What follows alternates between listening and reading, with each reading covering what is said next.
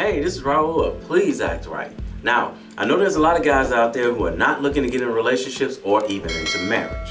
So, this video is for the guys out there who still think Mrs. Right might come along. Well, for those guys, this guy gave me something really serious to think about. For years, I've been thinking that the best way to choose a mate for yourself is to make sure that you both are compatible. But after listening to him, check him out. Going off of compatibility just by itself can be a trap. Because first off, you can be compatible with a demon. Like devils know what you like too. The type of women that you like, you want her to have more curves in the highway. The type of man that you like, you want him tall with broad shoulders and a beard. The enemy can send you pain, gift wrapped as your preference. So that's just the first thing about how compatibility can be a trap. The second thing is compatibility is season based. It is possible for you to be compatible with the season of their struggle, but not the season of their success. I want somebody who's going to be there for me if I hit rock bottom. Well, what if they can only handle your rock bottom, but they can't handle your upward season? So now the question becomes, are we really compatible, or do we just share similar dysfunction?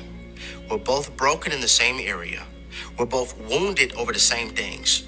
We have the same feelings over the same wounds, so we end up sharing hearts. But what happens if one of you heals and the other one doesn't?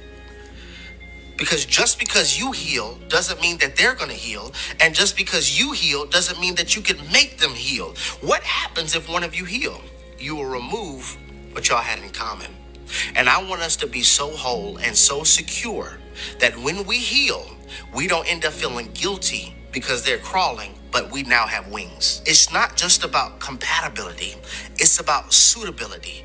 Does this individual suit my assignment well?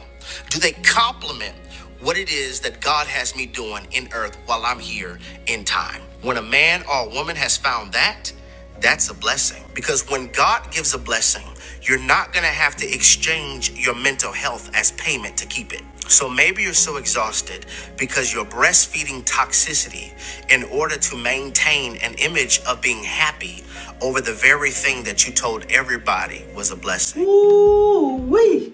He went Jacques Cousteau on that one. In my past, I've had people warn women that I started dating by telling them, you better be careful, because as soon as you do something he don't like, he gonna get rid of you. Well, that's half of the truth. The other half is this. If you start doing stuff like getting on my nerves, and I ask you to stop, and you continue to do it, or you refuse to stop, you're not worth my time, because I'd never do that to you. In the words of Tyler Perry's Medea, I never just throw anybody away. I tell them, I say, this thing that you're doing, if me and you gonna be cool, you need to fix this. If they fix it, or I see they're working on it, they're showing me that that person cares about me, and I keep them around. But if I tell the person this thing you're doing is bothering me, and they keep doing it, or they come up with excuses on why they should continue to do it, they're showing me they don't care about me, they don't love me, and I have to let you go. Simply because they're messing with my mental health. And like this young man said, sometimes people meet in adversity, but it's the adversity that was keeping them together. The minute the adversity goes away, so does the compatibility.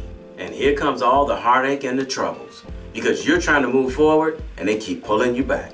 This is exactly why it's easy for me to get rid of a woman, because I recognize that she doesn't care anything about me to just fix the problem. So we can simply move on.